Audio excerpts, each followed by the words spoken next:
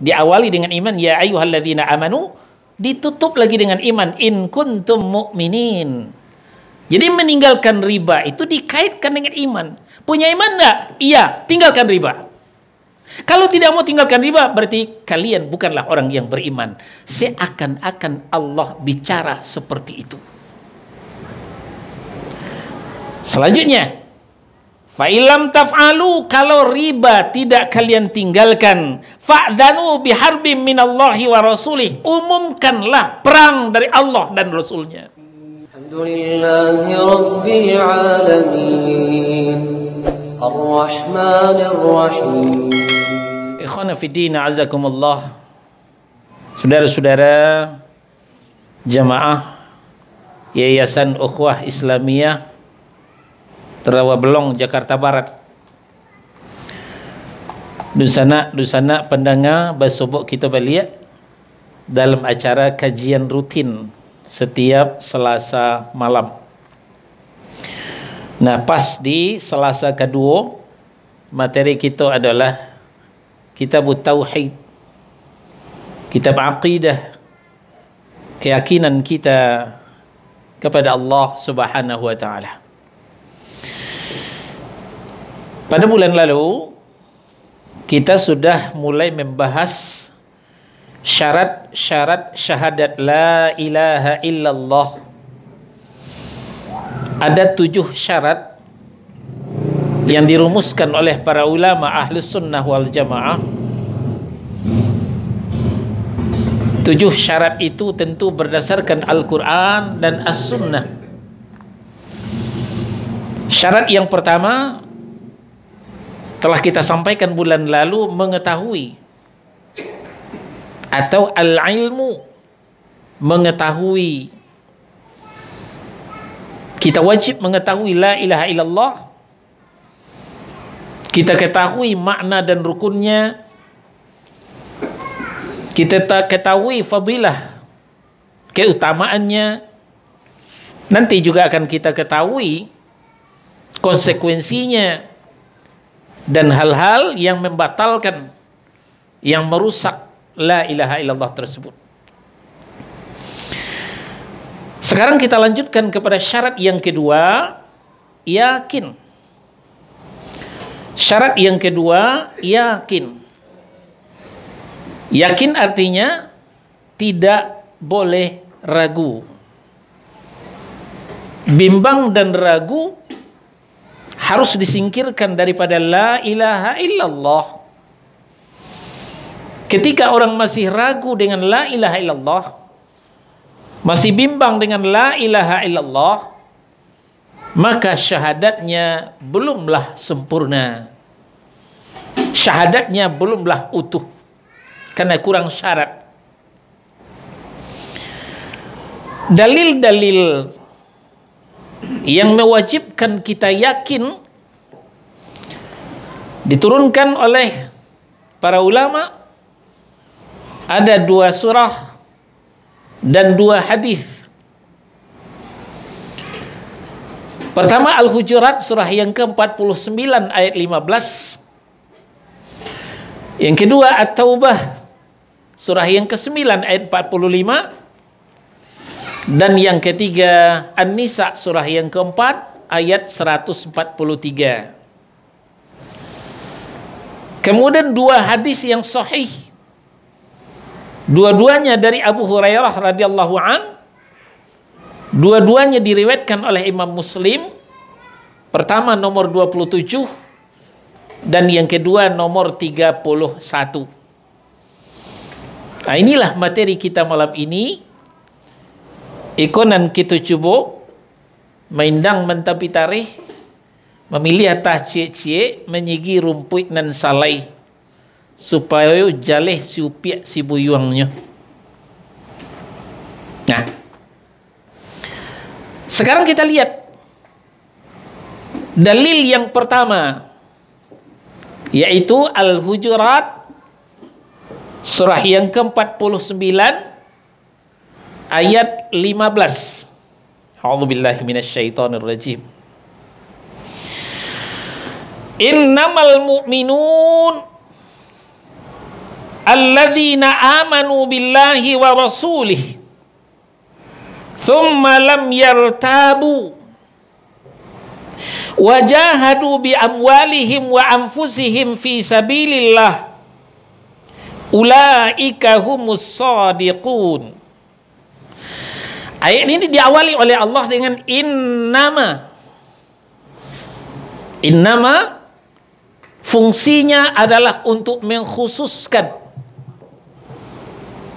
bahwa sesungguhnya orang-orang yang beriman itu hanyalah, nah, yang diceritakan oleh ayat ini. Berarti yang tidak sesuai dengan ayat ini belumlah diakui sebagai orang yang beriman. Kita buat contoh. Jamaah Yayasan Ukhuwah Islamiyah itu adalah, kita ulang, Jamaah Yayasan Ukhuwah Islamiyah itu hanyalah ketika kajian sudah dimulai, mereka sudah masuk ke dalam ruangan. Saya ulang, perhatikan baik-baik. Jamaah Yayasan Ukhuwah Islamiyah itu hanyalah ketika kajian sudah dimulai, mereka masuk ke dalam ruangan. Saya tanya sekarang, ketika ada yang lalu lalang di luar, apakah itu jamaah Yayasan Ukhuwah Islamiyah? Tidak tentunya. Tidak tentunya. Karena berdasarkan pengkhususan tadi. Ya. Atau kita buat contoh lain. Ya. Anak ajo bagaimana jauh? Ya. Ada yang bertanya waktu itu. Ya. Anak ambo kadang namanya si An. Adonan kamba si Af si F. Itulah anak ambo. Berarti nandak disabuin ajo, bukan anak ajo. Yang anak ajo adalah hanyalah yang disabuikan ajo. Yang tidak disabuikan ajo bukan anak ajo. Ya. Kok Herman Sori tidak tersabui ajo? Itu bukan anak ambo. Nah, ini contoh. Ya. Jadi yang disebutkan itu adalah hanyalah. Nah, kita kembali. Al-Hujurat surah 49 ayat 15. Sesungguhnya orang-orang yang beriman itu hanyalah alladzina amanu billahi wa rasulih thumma lam yartabu. Sesungguhnya orang-orang yang beriman itu hanyalah orang-orang yang beriman dengan Allah dan Rasulnya thumma lam yartabu. Kemudian mereka tidak ragu lagi. Mereka tidak ragu lagi. Mafhum mukhalafahnya, ketika ada yang ngaku-ngaku beriman kepada Allah, kepada Rasul, tapi masih ragu, apakah diakui imannya? Tentu tidak. Karena sudah dibatasi oleh Allah. Cuman yang beriman itu, kata Allah, hanyalah yang beriman kepada Allah dan Rasul, kemudian dia tidak ragu.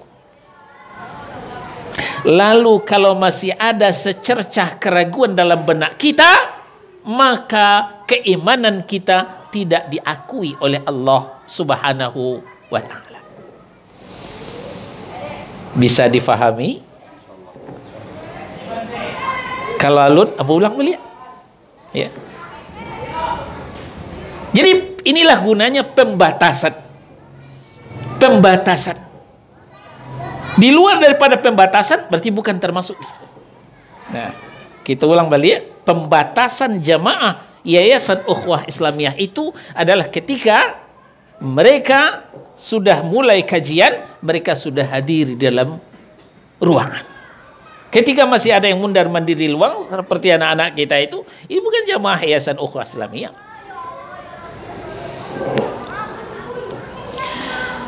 Maka berdasarkan pondasi iman kepada Allah dan Rasul, Kemudian tidak ragu lagi, barulah bisa dibuat bangunan di atasnya. Walaupun menjulang tinggi, insya Allah bangunan itu akan langgeng.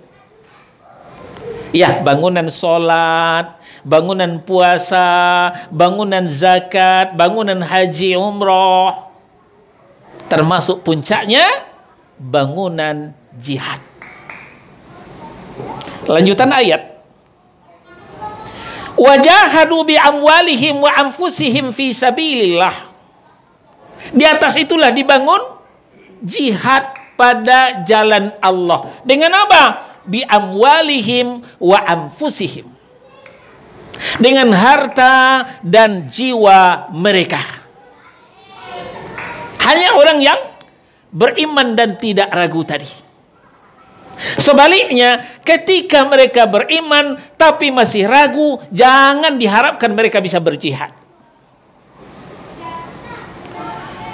Ikolah mulai menjurus kaji Ustaz, kolah bicara jihad pula. Ya, banyak orang alergi dengan kata-kata jihad. Ya, jihad itu bermacam-macam. Jangan takut dulu. Ada jihad fi daris salam, ada jihad fi daril harbi. Jihad fi daril harbi pada musim perang, ya memang angkat senjata, terjun ke medan tempur, ya pilihannya satu antara dua, membunuh atau dibunuh, ya membunuh atau dibunuh. Itu jihad pada musim perang atau qatil, ya lebih puncaknya itu. Kemudian jihad fi daris salam, jihad pada musim damai, bukan angkat senjata tapi angkat pulpen, ya angkat pena, kita mencatat, kita belajar, kita talabul ilmi. Ini bagian daripada jihad. Dengan apa? Bi amwalihim wa anfusihim, dengan harta mereka dan jiwa mereka. Harta kita sisihkan untuk jihad, untuk beli kendaraan, untuk beli senjata, untuk beli amunisi. Ini kalau jihad di musim perang. Jihad di musim damai untuk beli kertas, buku, untuk beli pulpen, pena. Jadi malam kok kurang syarat berjihad, ndak bawa pena, ndak bawa buku, ya. Memang dari dulu awak jiping, ngaji kuping, ngaji danga, umurnya sampai di pintu pagar. Lah keluar pintu pagar, anda takkan alai. Itu kelemahan awak seketek, ya. Oh, ada yang tinggal foto, ya. Semakin sudah canggih, ya. Tapi kalau foto itu dibaca di rumah masih mending. Tapi foto itulah kebanyakan data baca apa ya lah. Lah hilang juga. Baca WA. Baik, kita lanjut. Nah, ujung ayat perhatikan.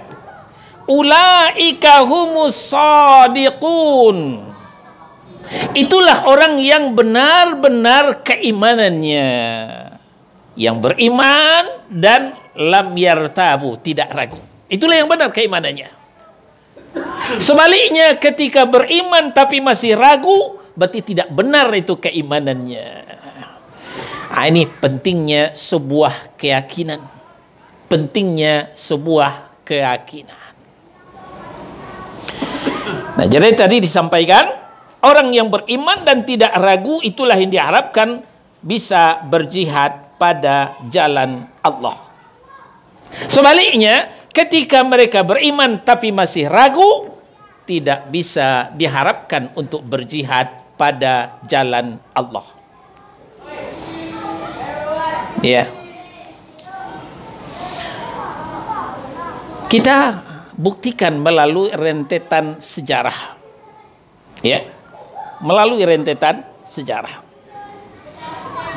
Takato dalam pepatah, ya.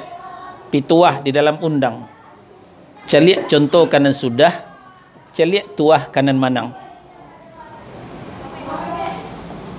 Ketika ada panggilan jihad dari Nabi sallallahu alaihi wasallam, Setelah kafir Quraisy kalah memalukan dan memilukan di peperangan Badar di bulan Ramadan, lalu di bulan Syawal mereka menuntut balas, mau balas kekalahan mereka. Maka di bulan Syawal mereka menyerang Madinah. Berita itu sampai kepada Nabi SAW. Alhamdulillah, mereka akan datang 4.000 orang. Ya. Pasukan yang bisa disiapkan oleh Nabi SAW cuman 1.000 orang. Cuman 1.000 orang. Sudah sepakat mau berangkat ke Madinah. Nah, tapi ketika itu hadirlah seorang munafikin, Abdullah bin Ubay bin Salul. Aku lah induk bala. Apa katanya? Tuan-tuan tahu enggak? Itu Muhammad majak wak parang tu, itu parang antar suku. Kan Muhammad orang Makkah. Nah, orang Makkah menyerang. Apa dia asalnya? Parang sesemuanya. Amang halu satu. Oh iya lo tu ndak. Kecil siatuik. Nah, jadi 1.000 orang tadi 300 orang berhasil dipengaruhi oleh Abdullah bin Ubay bin Salul. Maka yang 300 orang ini balik kanan. Aku membana aku Rasulullah, minta maaf ambo dak satu doh. Babi tu, orang rumah ambo barek sedang barek. Kambing ambo lun pajek lai. Aku ke laut sudah kuah. Macam-macam lah alasan mereka itu. Siapa mereka yang minta izin tidak ikut perang itu adalah orang yang masih ragu-ragu dalam keimanan mereka. Ini dibongkar oleh Allah di At-Taubah surah yang ke-9 ayat 45. Apa kata Allah? Innama yasta'dhinuka alladhina la yu'minuna billahi wal yaumil akhir wartabat qulubuhum fahum fi raibihim yataraddadun. Silakan. Jadi yang minta izin tadi, yang berhasil dipengaruhi oleh Abdullah bin Ubay bin Salul sehingga mereka tidak mau ikut perang ke lereng Uhud dengan sejuta alasan, minta izin ini, minta izin itu, intinya tidak mau ikut perang. Mereka sebenarnya, kata Allah Subhanahu wa taala, la yu'minuna billahi wal yaumil akhir. Kembali diawali oleh Allah dengan innama. Apa artinya? Sesungguhnya yang minta izin kepadamu hanyalah orang-orang yang tidak beriman. Berarti kalau orang beriman ikut bersama Nabi SAW. Yang tidak beriman balik kanan. Yang minta izin. Mereka tidak beriman kepada Allah dan hari kemudian, dan hati mereka penuh bimbang dan ragu. Apa iya ya? Jangan-jangan. Penuh benaknya dengan jangan-jangan. Anda akan menjadi cialahir kalau jangan-jangan. Tidak dipenuhi dengan keyakinan. Nah, maka dari itu mereka selalu ditelan dengan kebimbangan dan keraguan. Nah, inilah pengikut Abdullah bin Ubay bin Salul. Inilah pengikut munafiqin. Ya. Nah, begitu juga sekarang. Nah, tadi kita sampaikan jihad itu bukan hanya fiddaril harbi. Jihad itu bukan hanya pada musim perang.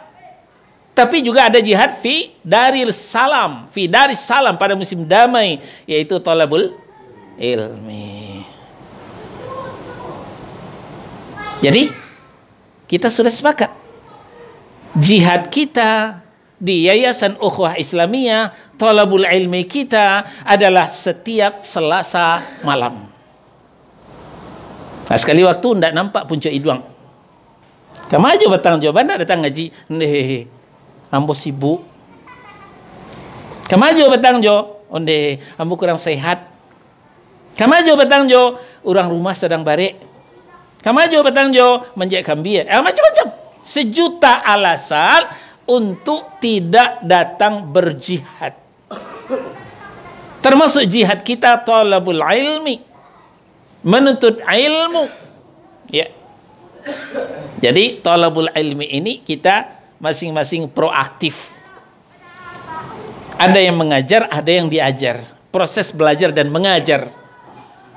Jadi kalau mengajar saja tidak ada yang belajar, ya tidak akan efektif. Belajar saja tidak ada yang mengajar juga tidak akan efisien. Jadi akan terjadi, ya, saling proaktif, ya, barulah tercipta yang kita inginkan. Kita lanjutkan dengan pengikut Abdullah bin Ubay bin Salul. Mereka tenggelam dengan keraguan, dengan kebimbangan. Kamai indak, kaingkin indak. Tapi di tengah-tengah. Inilah diistilahkan masyarakat satelit. Katebana indak lo, ke bawahnya indak lo. Tanggung-tanggung. Dan ini tidak akan mengenakkan. Ya. Orang kalau berdiri tegak enak. Atau duduk seperti kita ini enak. Nah, cobalah antara tagak je duduk. Mengapa itu? Menyengkok, mencangkuang. Alai bertahan lama, tidak bertahan lama. Panik. Menyiksa. Itulah contoh orang-orang munafikin. Jaleh bana kapi sirah. Tidak masalah. Dia menikmati surganya dunia. Walaupun nanti di akhirat dia akan masuk neraka, tapi di dunia dia sudah enak. Sebaliknya, jaleh-jaleh muslim, ya, dia akan mendapatkan surga nanti yang sebenarnya, walaupun di dunia dia juga menikmati sebahagiannya. Tapi orang munafikin, di dunia dia tidak puas, di akhirat pun dia akan ditempatkan di lubang yang terbawah dari neraka. Nah, kita lanjutkan bagaimana kondisi orang-orang munafikin yang penuh dengan keraguan-raguan itu. An-Nisa surah yang keempat ayat 143. An-Nisa surah yang keempat ayat 143. Ya. Apa kata Allah? Mudzabdzabina baina dzalik. La ilaha ula wa la ilaha ula. Nah, ini gambaran orang-orang munafik. Ayat ditutup oleh Allah, wa may yudlilillahu falan tajida lahu sabila. Silakan. Mudzabdzabin, ya. Jadi golongan mudzabdzabin ini adalah golongan yang ragu-ragu. Inilah golongan munafikin. Ya. Mukmin tidak, kafir pun bukan. Mangapalang itu. Ya, abu-abu. Hitam indah, putih pun bukan. Sekali waktu Abu mengangkat khutbah, judulnya kok putih tidak, hitam pun bukan. Ya, itulah tayang di YouTube, silakan yang mau mengikuti. Itu mengupas bagaimana karakter mentalitas daripada orang-orang munafik. Mereka dalam keadaan ragu antara demikian, yaitu antara iman dan kafir. Mereka tidak masuk golongan ini, yaitu orang-orang mukmin, dan juga tidak masuk kepada golongan itu, bukan orang kafir. Ya, tapi mereka tenggelam dalam keraguan-raguan. Nah, makanya Allah memutuskan untuk mereka itu tidak ada jalan kebenaran yang diberikan oleh Allah kepada mereka itu. Jalan mereka mentok. Inilah dalil-dalil dari Al-Quran yang mewajibkan kepada kita yakin dan mencontohkan kepada kita betapa sengsaranya orang yang ragu-ragu, yang tidak jelas jalan yang mana yang akan mereka tempuh. Sekarang kita lihat dalil dari hadis yang sahih. Dengan hadis yang sahih ini, kita akan faham tentang kaitannya dengan la ilaha illallah. Karena la ilaha illallah itu miftahul jannah, tiket ke surga. Tapi syaratnya yakin. Nah, bagaimana penekanan Rasulullah SAW terhadap keyakinan ini? Kita buka hadis dari Abu Hurairah radhiyallahu an, diriwayatkan oleh Imam Muslim. Kata Nabi SAW, "Asyhadu an la ilaha illallah wa anni rasulullah. La yalqallaha bihima abdun ghairu syakin fihima illa dakhalal jannah." Aku bersaksi, kata Nabi SAW, bahwa tidak ada ilah yang berhak diibadahi dengan benar selain Allah, dan sesungguhnya aku ini adalah Rasulullah. Tidaklah seorang hamba menemui Allah Subhanahu wa taala dengan kedua kalimah syahadat ini tanpa adanya keraguan sama sekali. Nah, ini penekanannya di sini. Ghairu syakin. Tidak ada keraguan sedikit pun dalam syahadatnya tadi. Illa dakhalal jannah. Melainkan dia dijamin masuk surga, kata Nabi sallallahu alaihi wasallam. Dia pasti masuk surga, kata Nabi sallallahu alaihi wasallam. Mafhum mukhalafahnya, ketika dia sudah bersyahadat, asyhadu an la ilaha illallah, asyhadu anna Muhammadar Rasulullah, malah kemudian di kesehariannya syahadat itu merupakan juga tahlil la ilaha illallah, berapi-api la ilaha illallah, la ilaha illallah. Kadang-kadang mau onjak-onjak bentuk kacang dia buicik. Ya, begitu asyiknya dengan la ilaha illallah. Tapi hatinya masih penuh bimbang dan ragu. Jangan ngimpi untuk masuk surga. Jangan ngimpi untuk masuk surga. Karena yang dijamin masuk surga yang sudah bersyahadat dan yakin dengan syahadatnya itu. Tidak ada bimbang dan ragu. Riwayat yang lain, fayuhjaba 'anil jannah, maka dia tidak akan terhalang untuk masuk surga. Orang yang bersyahadat dan orang yang tidak ragu-ragu tadi.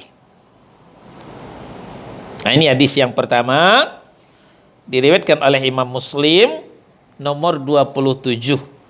Kok lain punya kitab Sahih Muslim di rumah, bisa kita cari beko.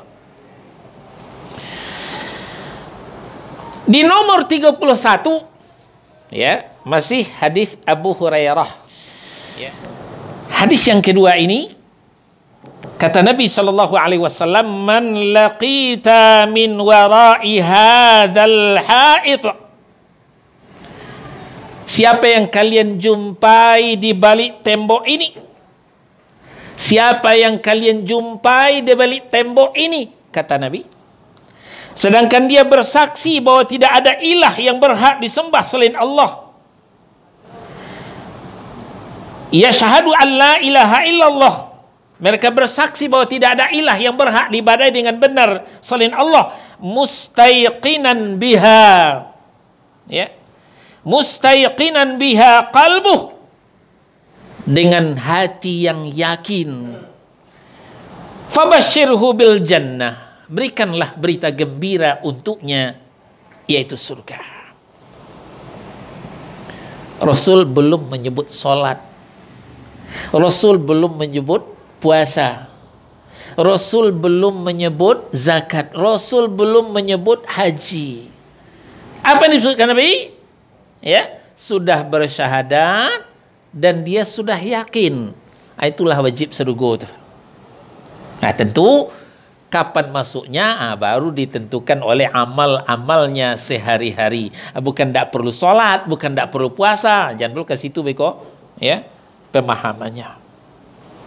Nah, jadi di hadis yang pertama, ghairu syakin, tidak ragu.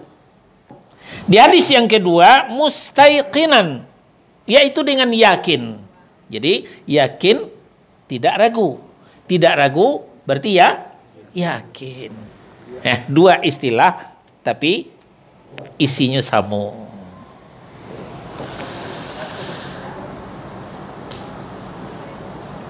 Bapak dan Ibu, selanjutnya Ibnul Qayyim rahimahullahu ta'ala dalam kitabnya Madarijus Salikin, ya, beliau seorang ulama besar, Ibnul Qayyim rahimahullahu ta'ala, ya, dalam kitabnya Madarijus Salikin, yang mau mentelusuri sudah diterjemahkan ke dalam bahasa Indonesia, ya, silakan cari di toko. Ibnul Qayyim rahimahullah ta'ala membagi tingkatan keyakinan ini kepada 3 tingkatan. Ya, kepada 3 tingkatan. Pertama, ilmul yakin. Kedua, ainul yakin. Ketiga, haqqul yakin.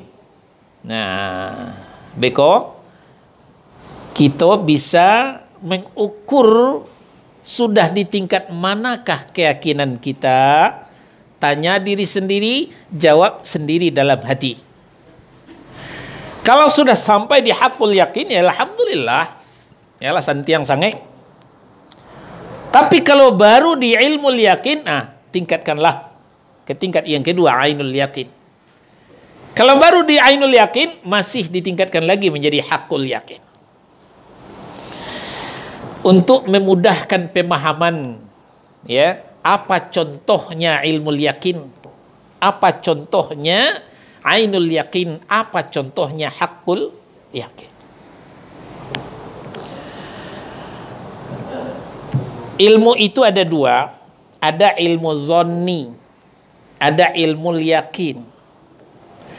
Ilmu zonni adalah ilmu kira-kira, ya, penuh kebimbangan dan keraguan. Tapi ilmu yakin tidak ada kebimbangan dan keraguan.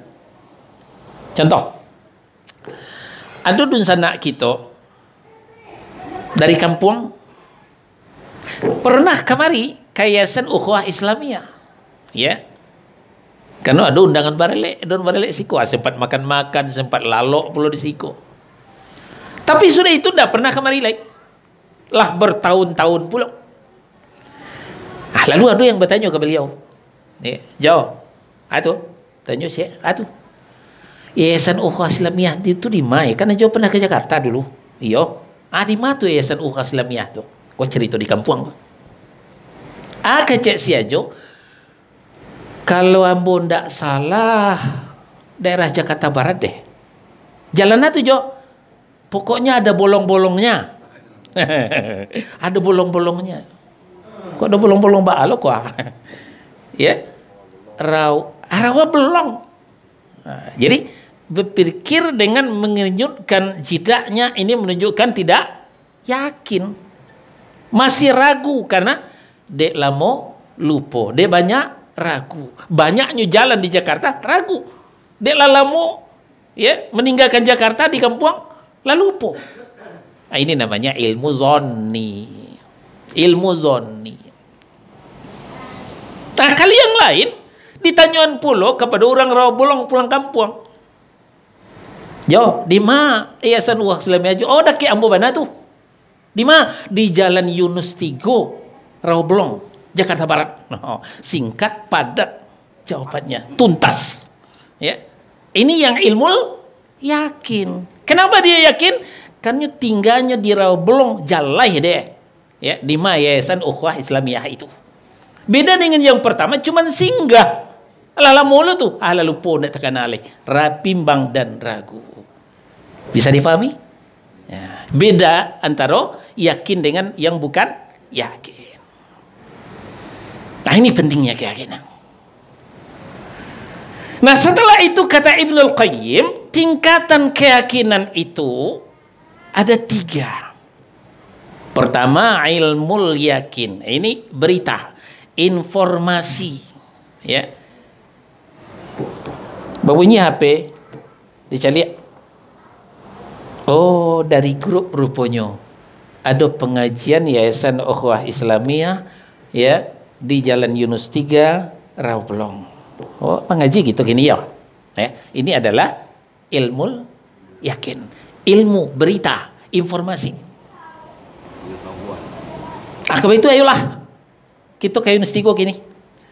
Melangkahlah siajo ke Yunus 3. Ayo nampak banyak orang di yayasan mah. Nampak di mata kapalo. Mata ko bahasa Arabnya ain. Ya, ain. Nah, bertambah keyakinan. Ainul yakin. Tadi baru ilmu yakin, informasi. Setelah nampak banyak orang di yayasan, ya nampak di mata kapalo, baru meningkat menjadi ainul yakin. Anda pikir panjang doh. Si ajo nyu parkir motornya di luar, anyo pai bau 2, ya. Salat. Sudah itu duduk. Oh iyo, mulai Ustaz mengaji.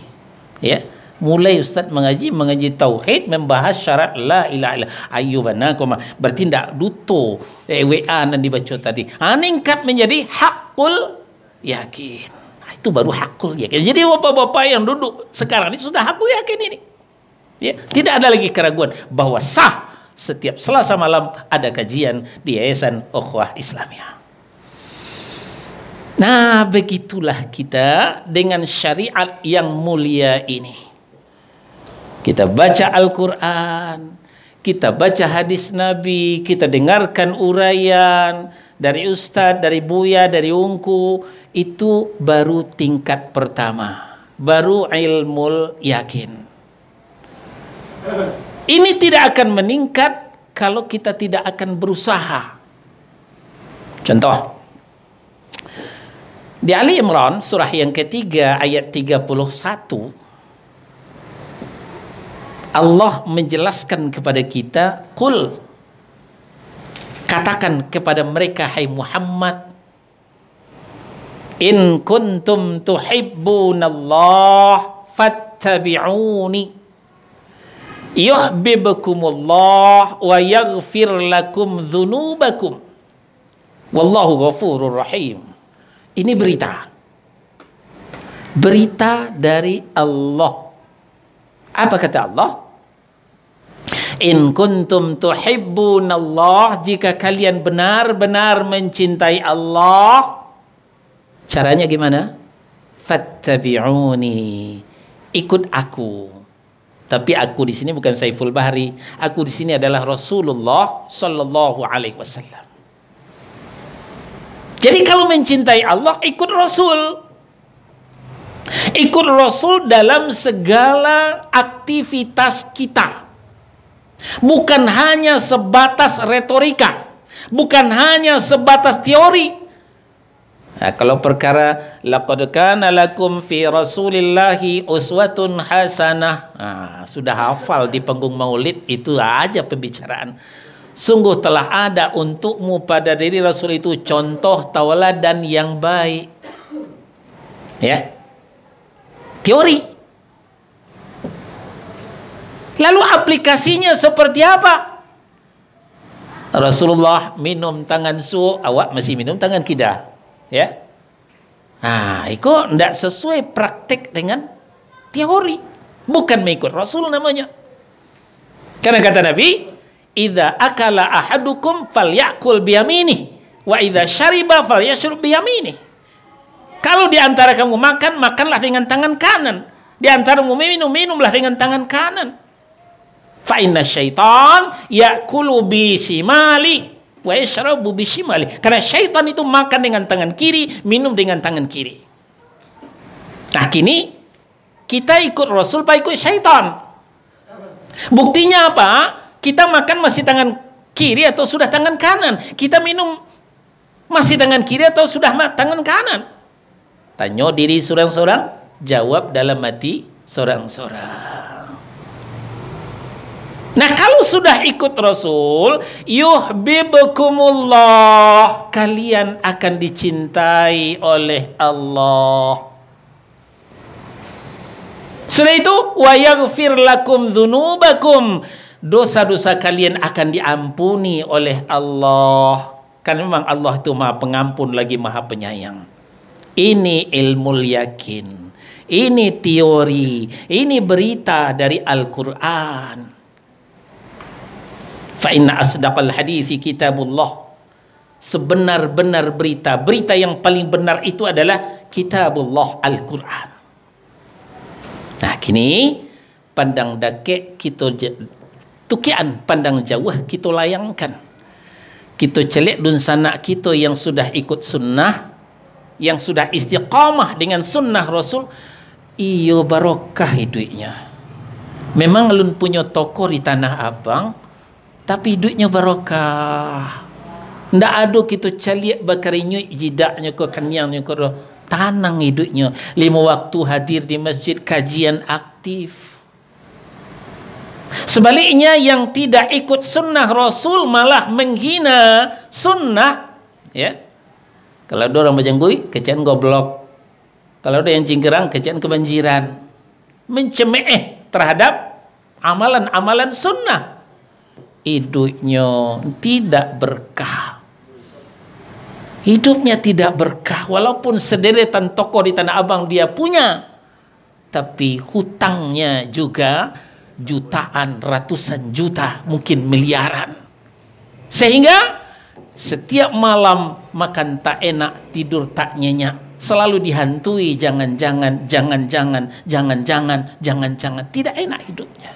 Kenapa? Tidak dicintai oleh Allah Subhanahu wa taala. Jadi orang yang dicintai Allah adalah orang yang ikut sunnah Rasulullah sallallahu alaihi wasallam. Ya. Nah, itu meningkat menjadi ainul yakin. Nah, kalau tak kaiko ya ndak bisa leko. Ambo harus banting setir. Ambo harus banting setir. Ambo ikut sunnah loh. Pakai tua di ma wak mengaji pakai tua. Yang kajian sunnah tu di ma. Alah aktif pula kajian sunnah. Ya. Lah mulai ditinggalkan kemusyrikan, ditinggalkan kebid'ahan. Sudah mulai belajar tauhid. Sudah mulai beribadah sesuai dengan tuntunan sunnah. Ayo mulai terasa nikmatnya di atas sunnah. Mulai terasa barokahnya. Kok dihitung-hitung omset di Tanah Abang tadi agak menurun dari biasa. Tapi lain tak rusuh nawak doh. Ya, lain dojo nak keri makan. Dibanding sebelum masuk sunnah, ya, walaupun omset masih banyak, tapi masih banyak juga was-was. Ini menunjukkan tidak barokah. Disitulah naik menjadi hakul yakin. Setelah masuk ke dalamnya, baru hakul yakin. Contoh pertama. Contoh yang kedua. Ketika Allah menyuruh meninggalkan riba dalam berbagai ayat, antara lain, ya, antara lain Allah menyuruh kita meninggalkan riba. Ya ayyuhalladzina amanu taqullaha.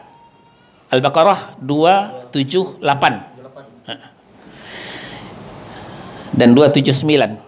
Ya ayyuhalladzina amanu taqullaha wa dharu ma baqiya minar riba in kuntum mu'minin.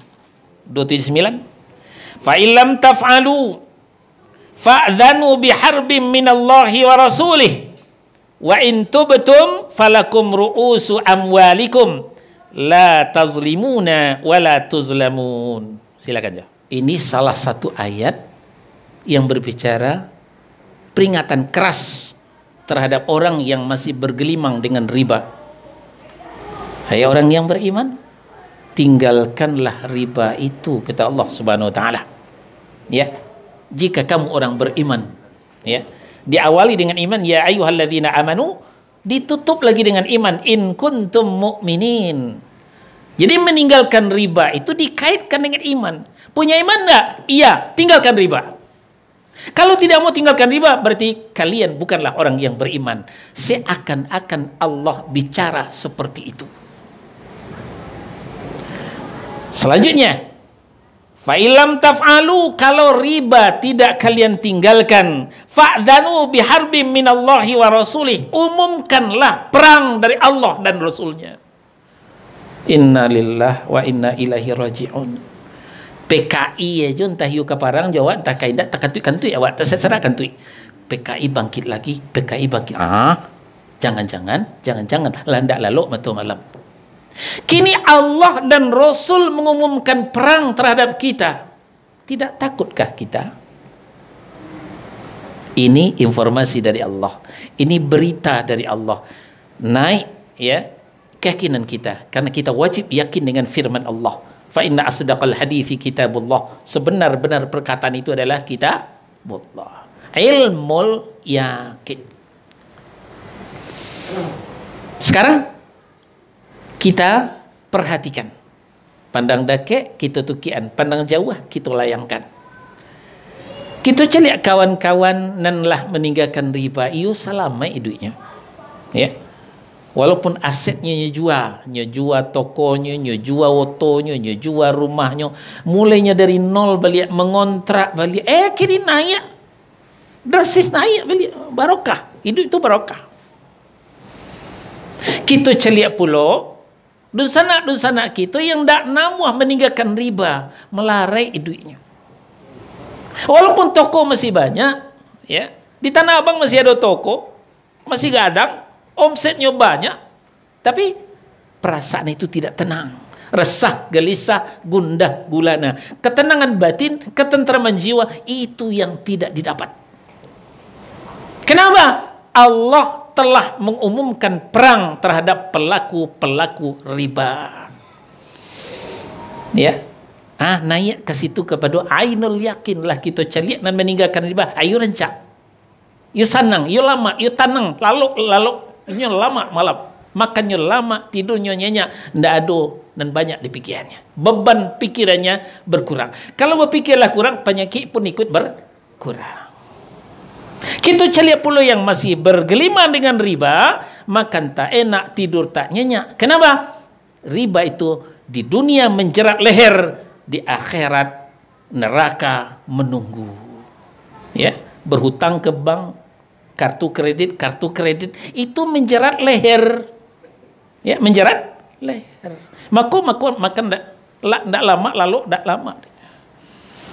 Nah, ketika resah, gelisah, gundah gulana, itulah yang mengundang penyakit. Ini yang menyebabkan kita melarat. Nah, kalau takaiko yang tidak bisa ditahan lama-lama, saya harus banting setir. Ketika banting setir hijrah, ya, banting setir ini bahasa yang lebih populer hijrah.